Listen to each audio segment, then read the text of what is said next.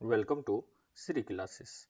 आज हम लोग सेट नंबर 42 से कंप्यूटर जीके के जो प्रश्न हैं उसको हम लोग विस्तार पूर्वक डिस्कस करेंगे। तो आप लोग वीडियो को लाइक शेयर और सब्सक्राइब करें। तो स्टार्ट करते हैं हम लोग सेट नंबर 42। सरकार के कुल व्यय और ऋण को छोड़कर कुल प्राप्तियों के बीच के अंतर को डैश कहा जाता है। ऑप्शन 1 राजस्व घाटा, ऑप्शन 2 प्राथमिक घाटा, ऑप्शन 3 राजकोषीय घाटा और ऑप्शन 4 व्यापार घाटा। तो यहाँ पे हो जाएगा ऑप्शन 3। सरकार के कुल राजस्व एवं कुल व्यय के बीच के अंतर को क्या बोला जाता है? तो राजकोषीय घाटा बोला जाता है। नेक्स्ट देखते हैं हम लोग। भारत में 1972 में अपनी परिचालन आरंभ करने वाले बोकारो स्टील प्लांट की स्थापना किस देश की सहायता से की गई थी?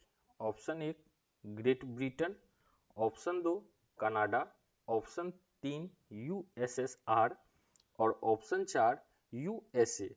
तो 1972 में जो बोकारो स्टील प्लांट की स्थापना हुई थी वह हुई थी यूएसएसआर के द्वारा। और यहाँ से एक चीज और हम लोग जानते हैं कि यूएसएसआर का स्थापना कब हुआ था? तो इसका जो स्थापना हुआ था यह हुआ था 1964 ईस्वी में। नेक्स्ट देखते हैं हम लोग। इंटरनेशनल एटॉमिक एनर्जी एजेंसी का सृजन किस वर्ष किया गया था? ऑप्शन 1 1957, ऑप्शन 2 1958, ऑप्शन 3 1955 और ऑप्शन 4 1956। तो इंटरनेशनल एटॉमिक एनर्जी का जो स्थापना हुआ था यह हुआ था 1957 में। तो कब हुआ था? तो डेट हम लोग जान लेते हैं। तो 29 जुलाई 1957 में हुआ था।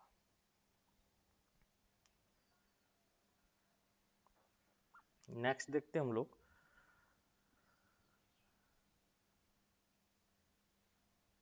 निम्नलिखित में से किसने संताल विद्रोह और 1857 के विद्रोह के दौरान अंग्रेजों की सहायता की थी?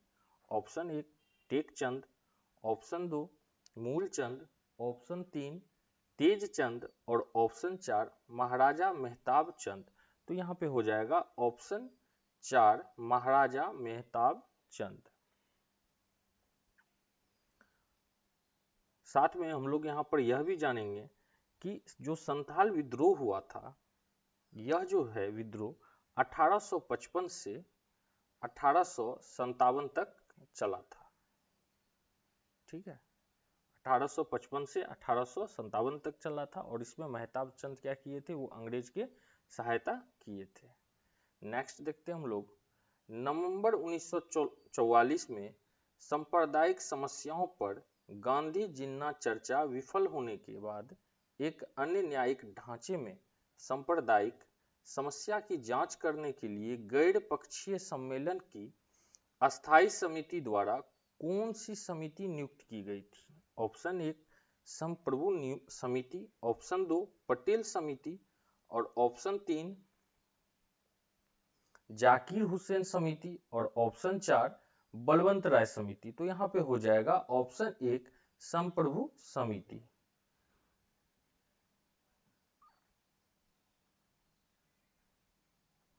नेक्स्ट देखते हैं हम लोग।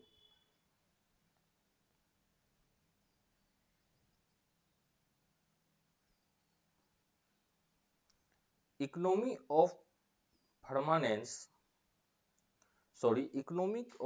परमानेंस के लेखक कौन है? ऑप्शन 1 पीसी महालनोबिस, ऑप्शन 2 के एन राजा, ऑप्शन 3 जेसी कुमारप्पा और ऑप्शन 4 के कामराज। तो यहाँ पे हो जाएगा ऑप्शन 3 जेसी कुमारप्पा।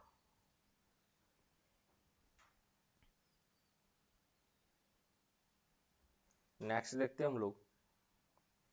द्वितीय पंचवर्षीय योजना की रूपरेखा किसने तैयार की थी? Option 1 K Kamaraj, option 2 PC Mahalanobis, Mahalanobis, option 3 K N राजा और ऑप्शन 4 जेसी कुमार अप्पा। तो यहाँ पे हो जाएगा ऑप्शन 2 पीसी महालनोबिस। ठीक है, नेक्स्ट देखते हैं हम लोग, ईस्ट इंडिया कंपनी द्वारा किस वर्ष में अस्थाई बंदोबस्त को अमल में लाया गया था? Option 1 1970, option 2 option 1 1770, option 2 1793, option 3 1794 और ऑप्शन 4 1792। तो यहाँ पे हो जाएगा ऑप्शन 2 1793। उस समय गवर्नर जनरल कौन थे? तो उस समय जो थे गवर्नर जनरल थे लॉर्ड कॉर्नवालिस। इन्हीं के द्वारा अस्थाई बंदोबस्त किया गया था। साथ में अस्थाई बंदोबस्त को हम लोग जमींदारी प्रणाली भी कहा जाता है। नेक्स्ट देखते हैं हम लोग,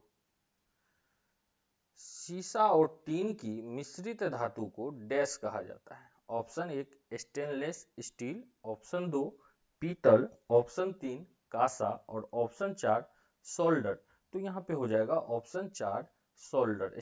सीसा और टीन का जो मिश्रित धातु है इसको क्या बोला जाता है? तो सोल्डर बोला जाता है। नेक्स्ट देखते हैं हम लोग, कामाख्या मंदिर किस राज्य में स्थित है? Option 1 Manipur, option 2 Sikkim, option 3 Assam और ऑप्शन 4 मेघालय। तो कामाख्या मंदिर स्थित है असम में। असम में गुवाहाटी में नीलांचल पहाड़ी पर कामाख्या मंदिर स्थित है। नेक्स्ट देखते हैं हम लोग, मुगल कालीन प्रसिद्ध गायक तानसेन किस भारतीय संगीत शैली से संबंध रखते थे? Option 1 Dhrupad, option 2 thumri, option 3 Karnataka और ऑप्शन 4 ख्याल। तो तानसेन जो थे वो किस संगीत शैली से संबंध रखते थे? तो वह था कौन? ध्रुपद संगीत शैली से तानसेन का संबंध था। साथ में तानसेन ने ध्रुपद में बहुत सारे तानसेन को उनकी महाकाव्य ध्रुपद की रचनाओं के लिए याद किया जाता है। इसमें कई नए रागों का निर्माण होता है। साथ ही संगीत पर 2 क्लासिक किताबें श्री गणेश श्रोतम एवं संगीतासार की रचना का श्रेय भी है। कौन कौन है नाम? तो श्री गणेश एवं संगीताचार्य।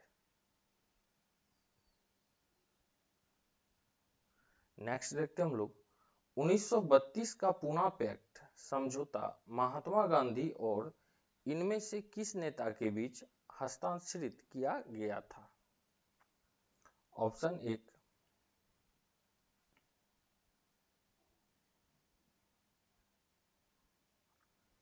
सी Rajagopalachari, option 2 Vinoba Bhave, option 3 M A जिन्ना और ऑप्शन 4 बी आर अम्बेडकर। तो यहाँ पे हो जाएगा ऑप्शन 4 बी आर अम्बेडकर।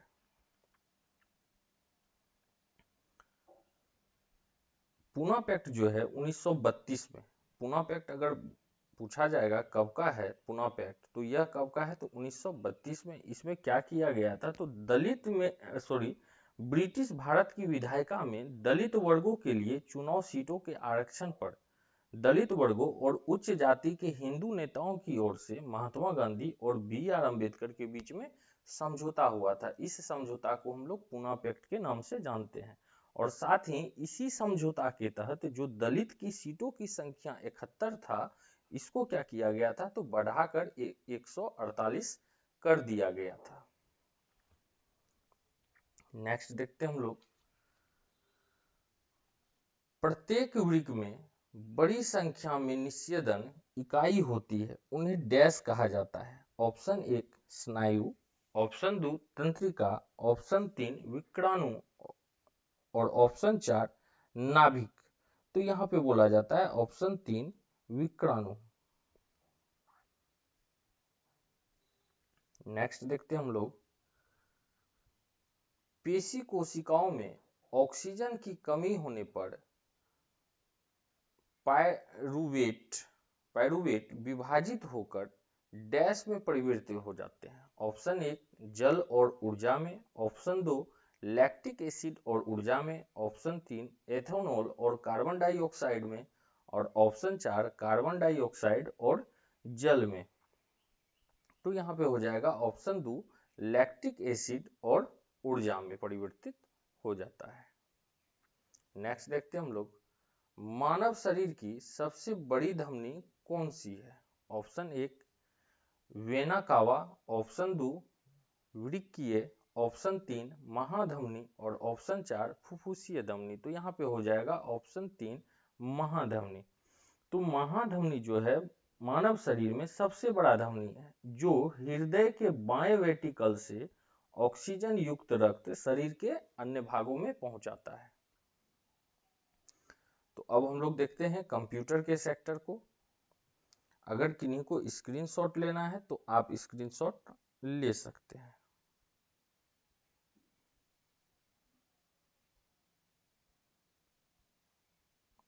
यहां से आप स्क्रीनशॉट ले सकते हैं।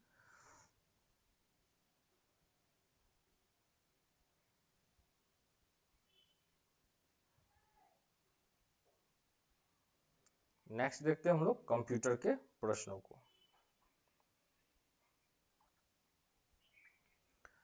समान डेटा प्रकार के संलग्न डेटा के एक सेट को क्या कहा जाता है? Option 1 array, option 2 object, option 3 class और ऑप्शन 4 एब्स्ट्रैक्शन। तो यहाँ पे बोला जाता है एरे। जो समान डेटा के प्रकार के जो संलग्न डेटा के एक सेट को एरे के नाम से जाना जाता है। नेक्स्ट देखते हैं हम लोग, वह पोर्ट जो डिजिटल उपकरणों में और डेटा स्थानांतरण करने के लिए एक प्रोटोकॉल है, किस रूप में जाना जाता है? Option 1 VGA monitor port, option 2 USB port, option 3 parallel port और ऑप्शन 4 PS/2 पोर्ट। तो इसको हम लोग जानते हैं USB पोर्ट के रूप में। नेक्स्ट देखते हैं हम लोग, MS वर्ड में पहले से मौजूद डॉक फाइल को खोलने के लिए निम्नलिखित में से किस कीबोर्ड शॉर्टकट का उपयोग किया जाता है? Option 1 Alt+N, option 2 Alt+CTRL+O, option 3 CTRL+N और ऑप्शन 4 CTRL+O। तो यहाँ पे हो जाएगा option 4 CTRL+O।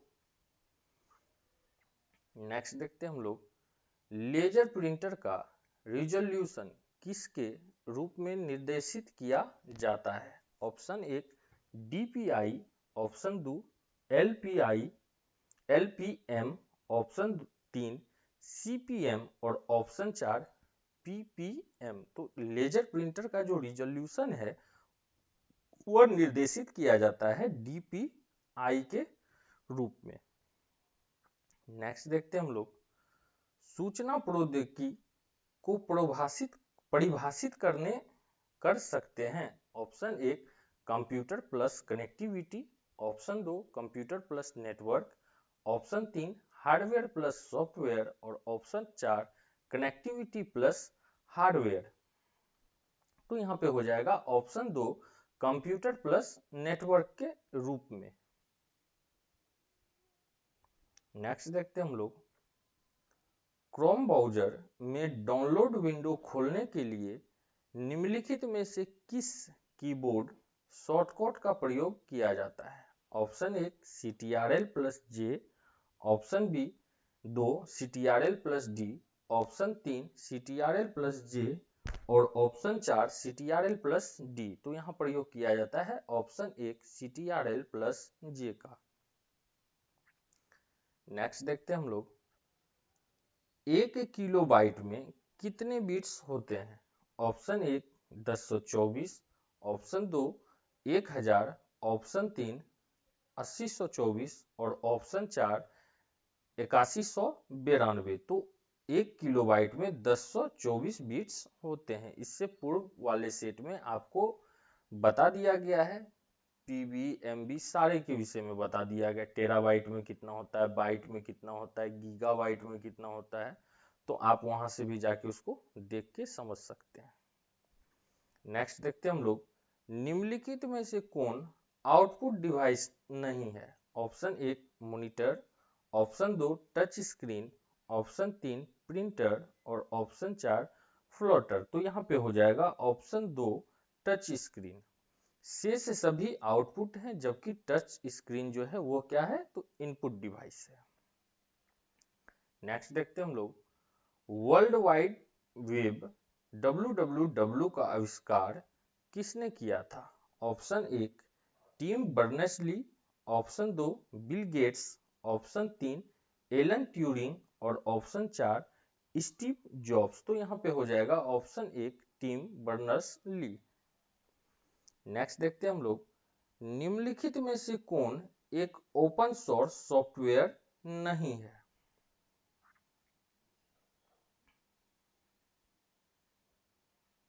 Option 1 internet explorer, option 2 Google Chrome, option 3 links और ऑप्शन 4 ओपन ऑफिस। तो यहाँ पे हो जाएगा ऑप्शन 1 इंटरनेट एक्सप्लोरर।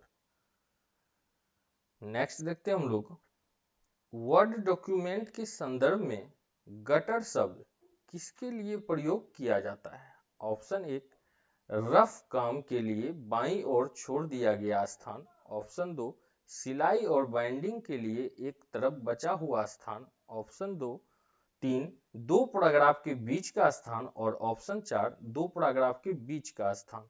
यह दोनों ऑप्शन सेम ही है, तो यहाँ पे हो जाएगा ऑप्शन 2 सिलाई और बाइंडिंग के लिए एक तरफ बचा हुआ स्थान। नेक्स्ट देखते हैं हम लोग, एमएस वर्ड के संबंध में निम्नलिखित में से कौन सा कथन असत्य है? ऑप्शन 1 एक टेबल में सम संख्या में पंक्तियों और स्तंभ हो सकते हैं, ऑप्शन 2 एक टेबल में विषम संख्या में पंक्तियां और स्तंभ हो सकते हैं, ऑप्शन 3 एक टेबल में स्तंभों की संख्या पंक्तियों की संख्या से अधिक नहीं हो सकती, और ऑप्शन 4 एक टेबल में पंक्तियों और स्तंभों की संख्या अलग अलग हो सकती है। तो यहाँ पे हो जाएगा ऑप्शन 3, यह जो कथन है यह असत्य है। एक टेबल में स्तंभों की संख्या पंक्तियों की संख्या से अधिक नहीं हो सकती है। नेक्स्ट देखते हैं हम लोग, इंटरनेट के संदर्भ में MAN का पूर्ण रूप क्या है? Option 1 master area network, option 2 makeshift area network, option 3 massive area network और ऑप्शन 4 मेट्रोपॉलिटन एरिया नेटवर्क। तो यहाँ पे हो जाएगा ऑप्शन 4 मेट्रोपॉलिटन एरिया नेटवर्क। इसको MAN के रूप में हम लोग जानते हैं। नेक्स्ट देखते हैं हम लोग, एक सॉफ्टवेयर में स्प्रेडशीट होते हैं। Option 1 power point, option 2 Microsoft Word, option 3 Windows Media Player और ऑप्शन 4 माइक्रोसॉफ्ट एक्सेल। तो यहाँ पे हो जाएगा option 4 Microsoft Excel. Microsoft Excel में जो हो क्या होता है, तो स्प्रेडशीट्स मौजूद होता है। नेक्स्ट देखते हैं हम लोग, निम्नलिखित में से किसे बाइनरी फाइल फॉर्मेट के नाम से जाना जाता है और उसे MS वर्ड के पुराने संस्करणों जैसे कि MS वर्ड 97 से 2003 तक के उपयोग किया जाता है? Option 1 dot docx, option B dot docxm, option C doc और ऑप्शन डी DOCXX। तो इसको हम लोग जानते हैं .DOC के रूप में। तो इसी के साथ हम लोग सेट नंबर 42 को डिस्कस किए। तो आप लोग वीडियो को लाइक शेयर और सब्सक्राइब करें। मिलते हैं एक नए सेट के साथ। धन्यवाद।